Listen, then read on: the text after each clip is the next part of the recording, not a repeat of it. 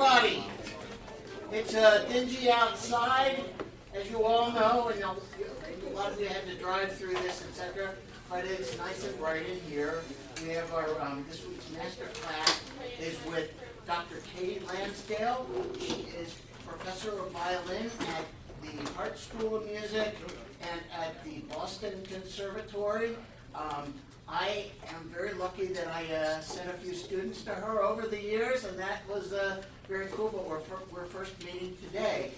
She's a member of the Lionsgate Piano Trio, which is an award-winning piano trio, so we thought it would be wonderful to have us start the master class today with the piano trio. We also know her to be a champion, wrong way, a champion of underrepresented composers and music that we all should be knowing, and she's going to talk to us a little bit about that in the middle of the program, and maybe someday we can have you back to give us the full program, because over the last few years in particular, there's been an explosion of finding works and composers that should be played. And then we'll also hear from Mikaela Kovach and a violin master class. So we're going all different ways. But first we'll start out today with the Arensky Trio. I'm blocking you guys. They are Noelle Streuber-Eden, violin, Collin Parker-Szekely. I have to work harder with both of your names, don't I? Collin Parker-Szekely, cello, and Grace Chen on piano. They are coached by Kathryn Read, and Mrs. Read is also going to be the page turner, which is sometimes one of the hardest jobs. So let's welcome them to play the Arensky Trio.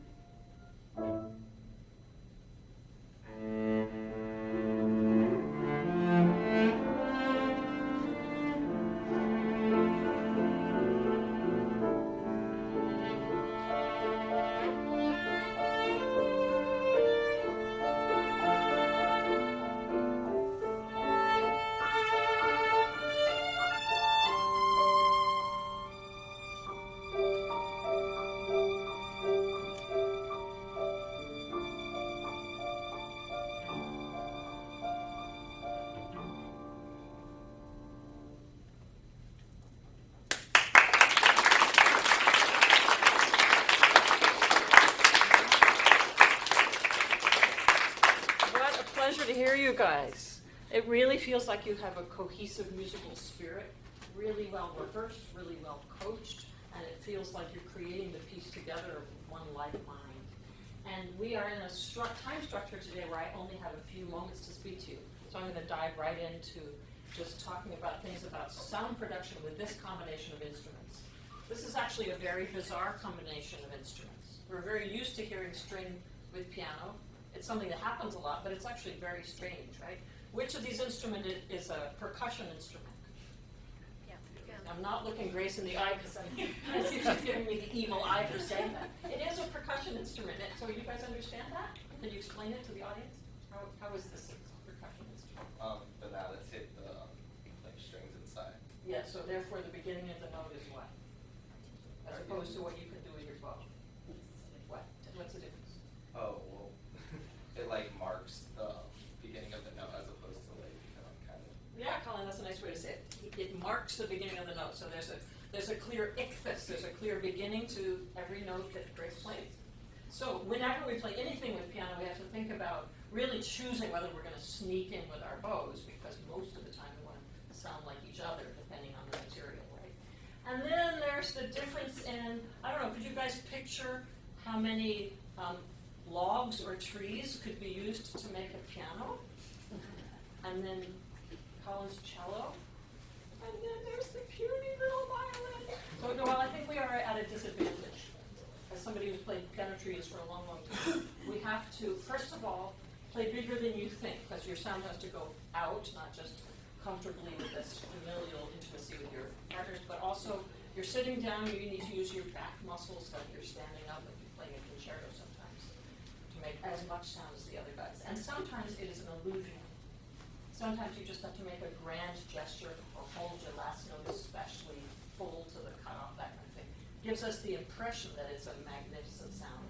Unless you have to get a strad, that's a different discussion, but we don't all have strads, right? Grace, can you tell us how you feel about this piano in terms of balance? I just want to know what you're experiencing here. Yeah. More like resonant and loud than It's pretty loud, I should yeah. have played quieter probably for a lot of the second. And it's hard to play quiet on that, yeah. So tell us all the ways, obviously what I'm getting at is we have to think about balance, especially in a piece like this. We want to have the illusion of a generous sound that has no bottom and is never competitive with each other. There should never be a struggle to be heard, really. At the same time, we have to be able to hear all the lines that we need to hear. So tell us all the ways, if you have a florid texture, how do you make it romantic but not overpowering? What are your tips? Other figures and maybe some soft pedal. Soft pedal, you could use it a lot more, yeah. Yeah.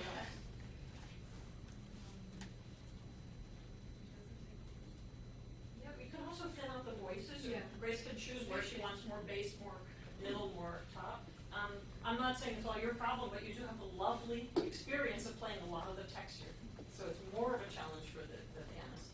And let's think about the opposite. I began by saying you're the percussionist, in the sense that you have clear starts to your notes.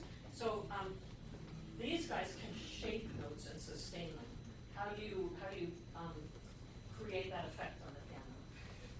Probably with moving more, Uh-huh. raising the notes. And you can support it with all the inner notes, right? You give the impression that that note has crescendo, right? And so I think you could flutter more with your foot. Yeah. And here's a strange thing to say. Are there any pianists in the room? Is that right? Collin's also cool. Oh, you are too. So, do you guys ever experience this? You can play drier, meaning shorter articulations when you're playing the strings than you would like in your practice room. And the reason you can do that is, in a way, your string players are your pedal. They're sustaining a whole lot of the time. So maybe when you practice your piano parts and you're planning to play with string players, you can afford to play more articulate than you might have chosen by yourself. So in French piano technique, they say very doigté. I'd love to hear all the notes. Okay, so my message to you guys is, depending on which piano you're on, which room you're in, you need to always adapt for balance. It's a great juggling act. It keeps us on our toes, right? Then the second message I have, because I know we don't have time to do, oops, I'm supposed to be done, right? I think I have 5 minutes. The other thing that I would think you could benefit from now that you've learned the piece so well is train your string player's ears to hear every single note in the piano. So, because it should be quite possible to be very articulate and play everything, right? We never want to rush the pianist, we just agree where the music moves forward and we kind of ride on all the cascades of notes. So I'd like to try one passage this way. What my trio does is something we call ticky-tacky rehearsal. And ticky-tacky is no pedal at all in a very rich texture. So what do you think that would be a good place? Can you pick a place where you feel rushed by now? Maybe 8.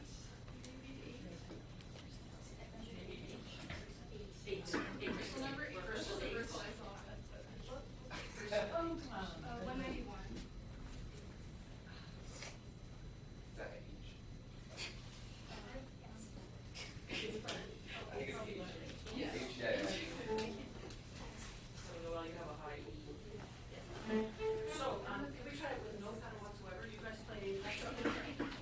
And this is not to sound musical, this is just literally to hear all the notes in the piano. Yeah. A little bit under tempo. You can choose, a little bit under tempo.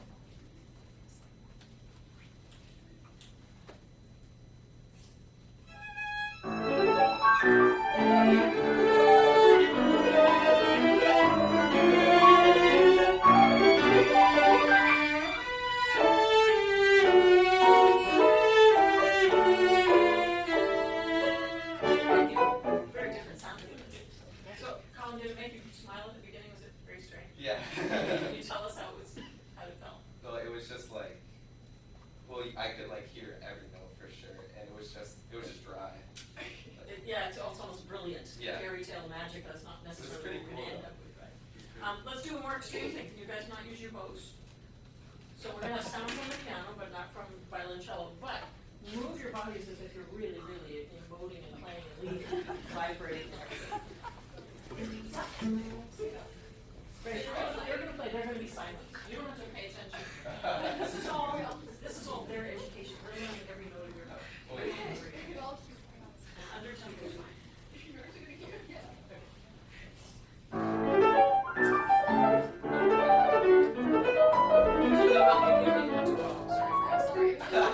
Sorry. Air Leading with my body. I was supposed to plug. Okay, let's try again.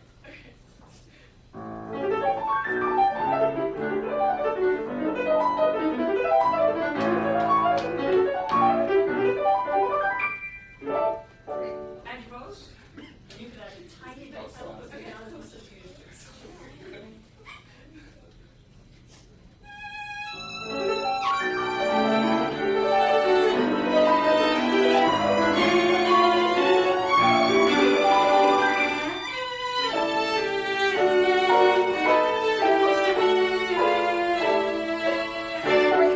And our final step is, Grace, I want you to pretend we took your ears off your head and we put them in the back of the hall, and now you're going to listen to composite sound. So now you're very used to hearing every note, but if you really hear where the strings are supposed to be heard. So we're doing it for balance this time. Collin, you have a wonderful cello sound in so many tunes, but sometimes you give up at the tip. So always mind over matter. Think about your change vocals. Great.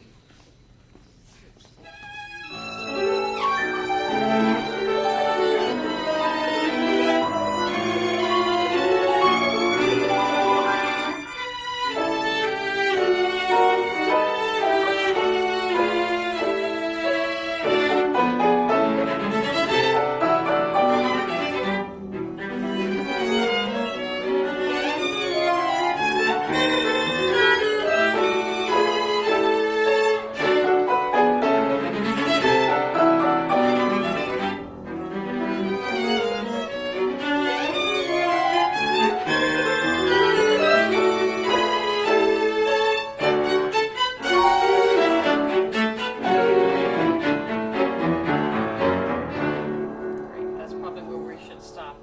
Thank you so much for trying those things out. Want to take a bow?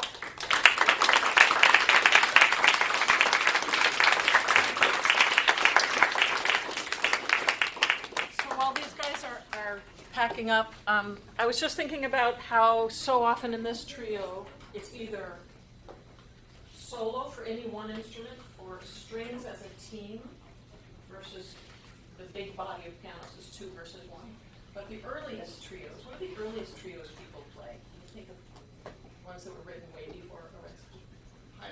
Haydn. They're the first ones that get attention, right? There's some Clementi and some Baccarini and things like that. But Haydn was really the father of the piano trio. And the first piano trios were piano sonatas with each hand double. So the teams have changed. Anyway, thank you very much. Thank you.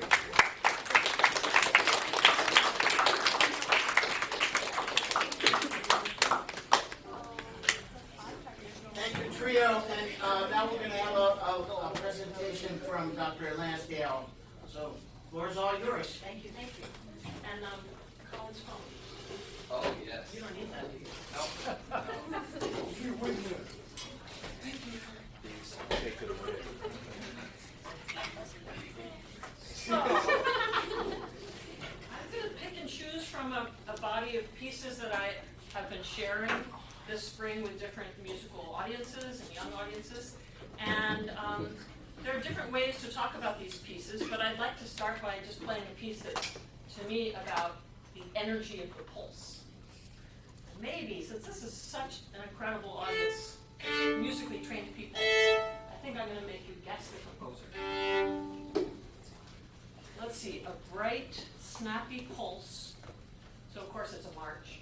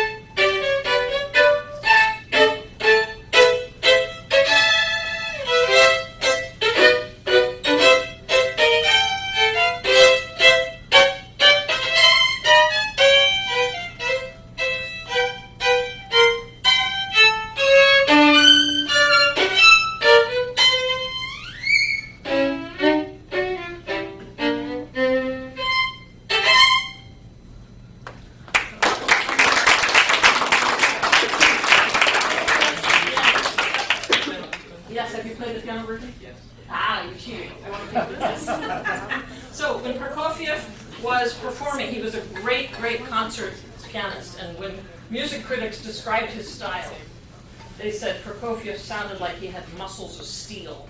So it's no surprise that the pulse in his music often is angular and bright, and it's no surprise that ballet dancers loved to dance and still love to dance to composers like Prokofiev because of the bright beat. And it seems to me that character of the pulse can really affect the way we play any piece. So how many people here play solo Bach violin pieces on violin or viola? Okay, so could I volunteer? I don't think I can do this much. Did you raise your hand? Would you mind going around to people with their hands up and just ask what their favorite short solo violin Bach is? And as soon as there are more votes for one, that's the one we're going to do. So could you keep your hands up so she can run around and ask people? Keep your hands up. Go, go, go.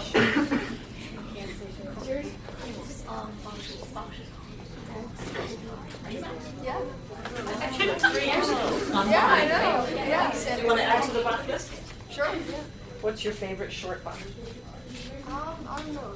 Probably the second to the last movement of the second sonata. Let's see if I can do this. Wait, second sonata, A minor, second to last. So the Andante. Okay, we've got a vote. We'll pass it on to Katie. Oh, I should change bows.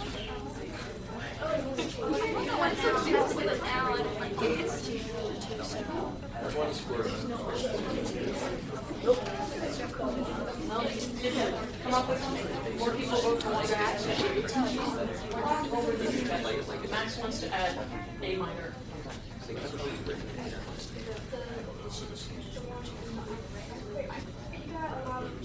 A lot of these people voted the same one. What do you guys vote for?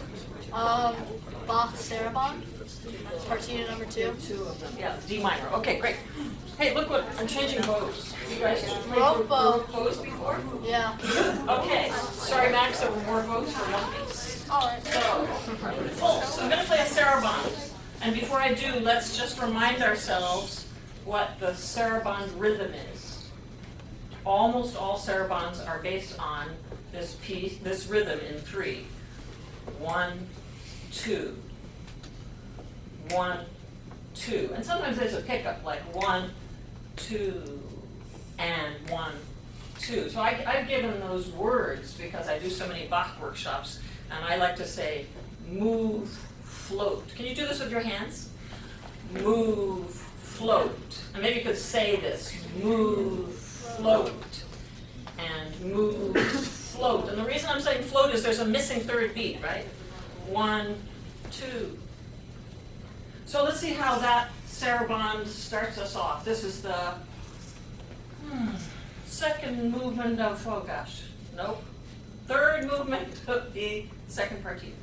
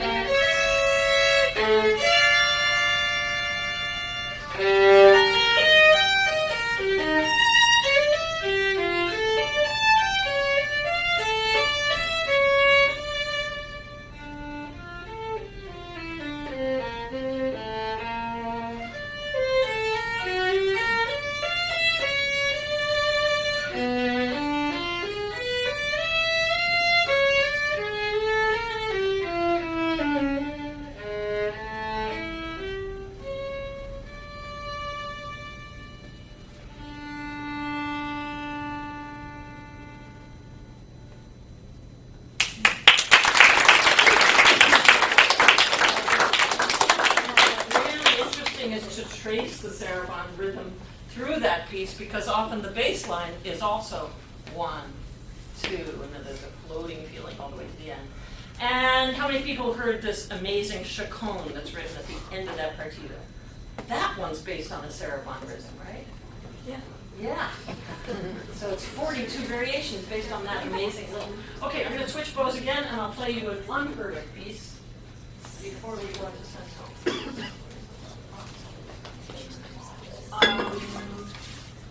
The piece I'd like to play for you is called Between Worlds.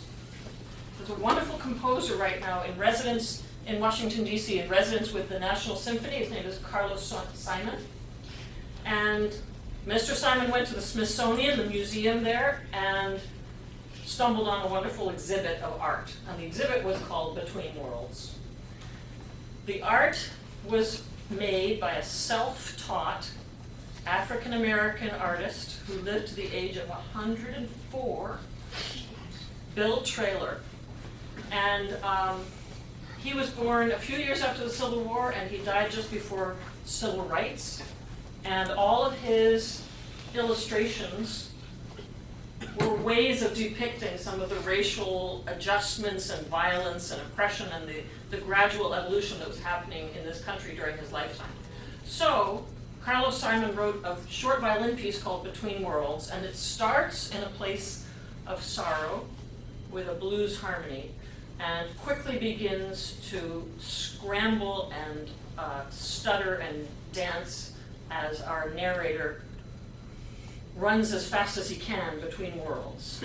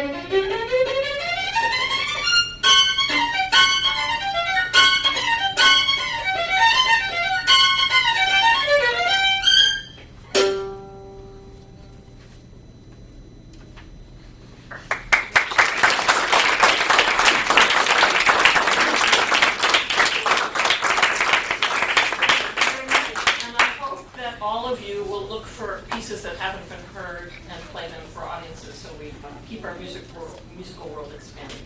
And I think we're about to go on with song. Yes. So our next performer today will be Mikaela Kovach. Mikaela will be playing the Saint-Saëns Introduction and Rondo Capriccioso by Saint-Saëns, and is accompanied by Sarah Lee, who we appreciate coming in and accompanying for us today. And we'll let Mikaela take it from there. Let me do a little stage work here. Mikaela and Sarah.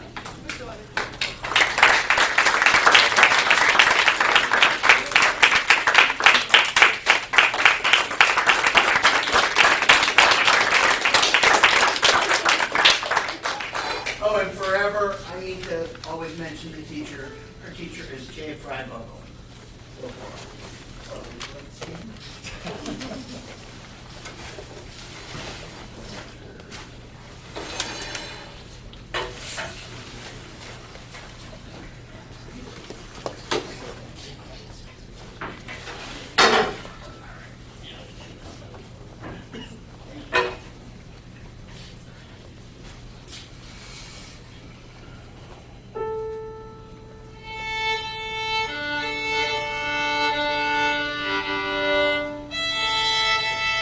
Hi, Mikaela. Do you want to use your music today? Do you mind if I put you closer to your piano? I would love the feeling if you guys could see each other.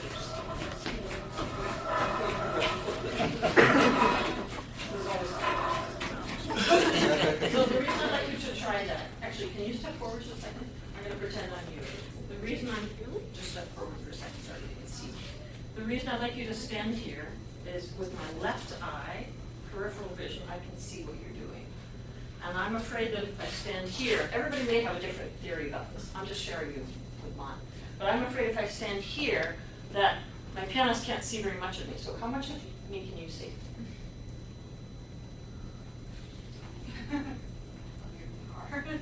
You can see the back of the head, and maybe the tip. But now she can see you if you're moving your scroll, if you're leading, what's happening with your left hand, and also vice versa. Have you ever stood this close to the piano? It's a new experience.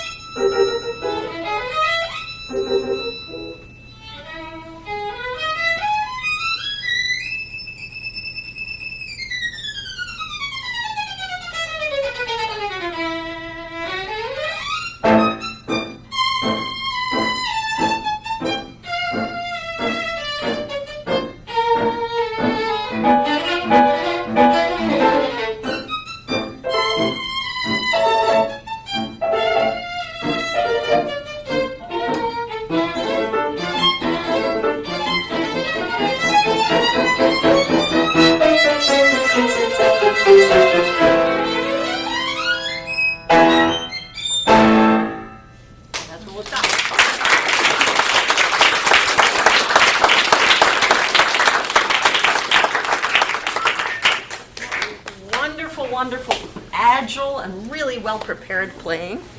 And can you tell me, because I've never met you before, when in your life have you played with others? Were you play chamber music, or were you ever learning in a group of students, or which of those? Tell me about that. You've been in a quartet for a year, or you played in a group for 10 years, or what?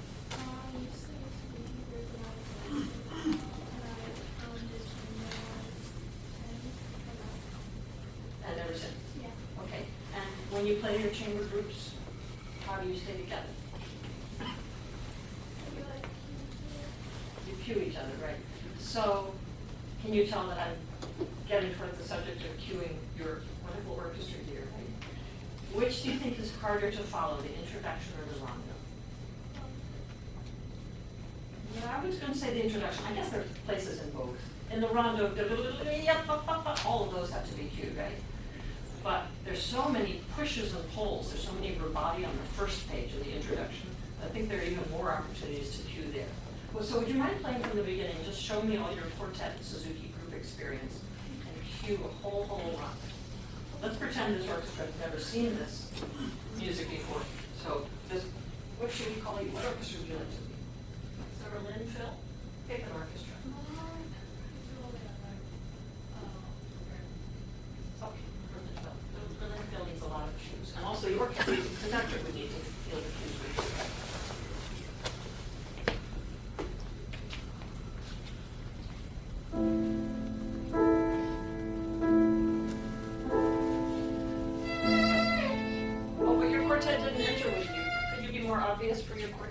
So when you're playing quartet, you probably do this, right?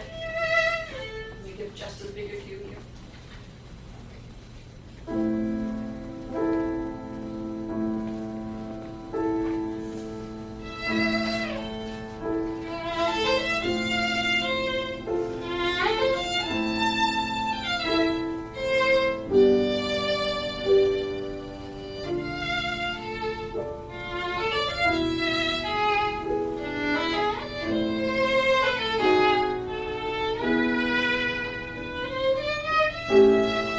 That's a great opportunity to stretch, isn't it? So how is she going to know what you're thinking? I'm lifting and showing where the downbeat is. So basically this is a Spanish serenade, right? Somebody is strumming under your window. And mostly you fall in with the swing of the guitarist. But every now and then there's a place to smell the roses, like that kind of gesture. Or the last one you did. Can we start on that bar?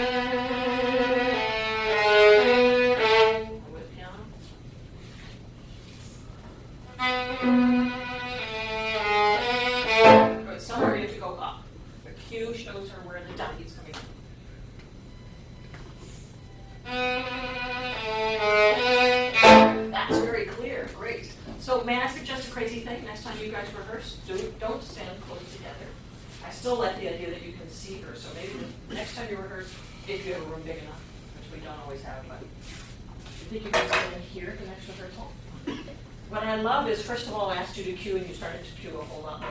But the other thing that was happening was you were just thinking much more about the rest of the texture. Where am I going to come together with the orchestra? It just was a different way to think about the music, right? So we had a Spanish serenade in the beginning. This is written by a French person, right? But it's written for a Spanish violinist. You know who it's written for? Pablo de Sarasate. So this, to me, feels like a Spanish dance. I think it's mostly That's kind of feisty dance if I know where the downbeat is. If we don't think about it, the long bow can become the strong note. But that's not the downbeat, right? Kick. Kick. You see what I'm saying? Could you do an exaggerated version for me, Mikaela? Kick, left. Kick. Under tempo.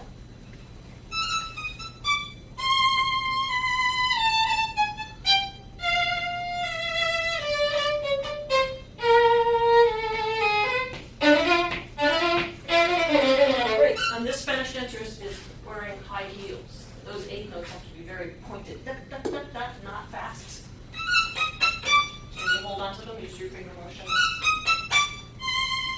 Some of your 8-note groups were rushing. Hold on.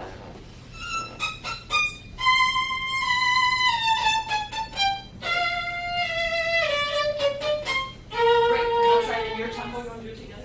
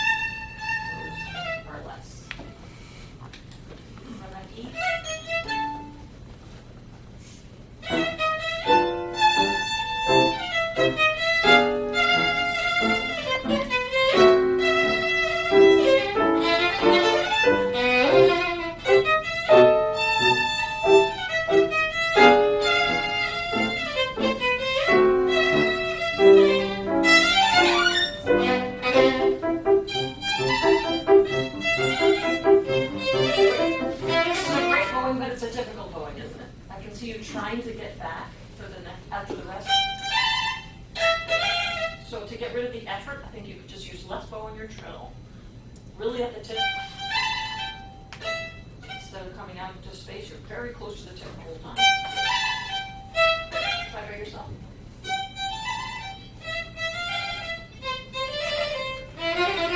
Great. Make sure you're not feeling it in 3, like. Want to march with me?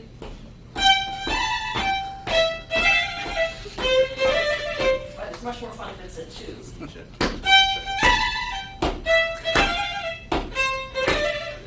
Finger, and I'll walk. No roll, just finger.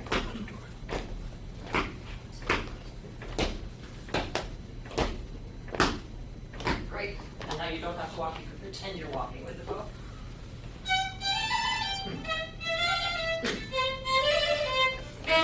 Great. At the tip. Can we do it with you? We need a downbeat, or we'll just start there.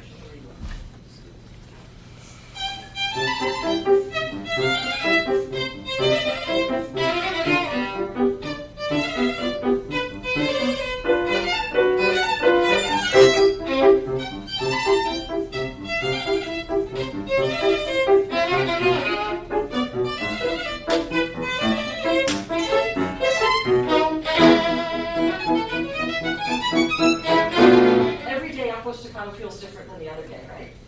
So you can always err on the side of caution with this kind of character. If you broaden your upbeat, then you'll be in a comfortable tempo. And always warn your orchestra that we're landing from harmonic current. Slower. You want to do your pickup slower? Here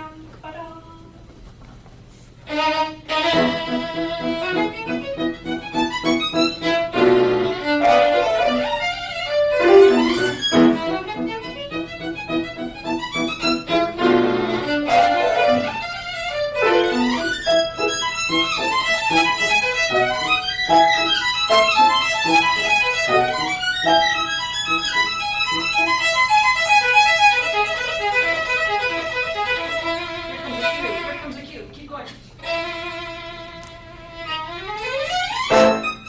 Great. Conscious of it. Fantastic.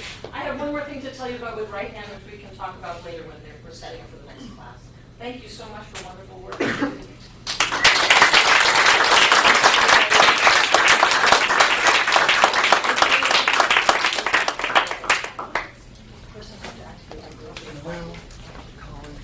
Thank you, everybody. That concludes today's master class. Next week, we have a student recital, and a number of you are going to be part of that, so I'm looking forward to that. And we'll get reset and send everybody to their next rehearsal. Thank you once again. Everybody stay dry.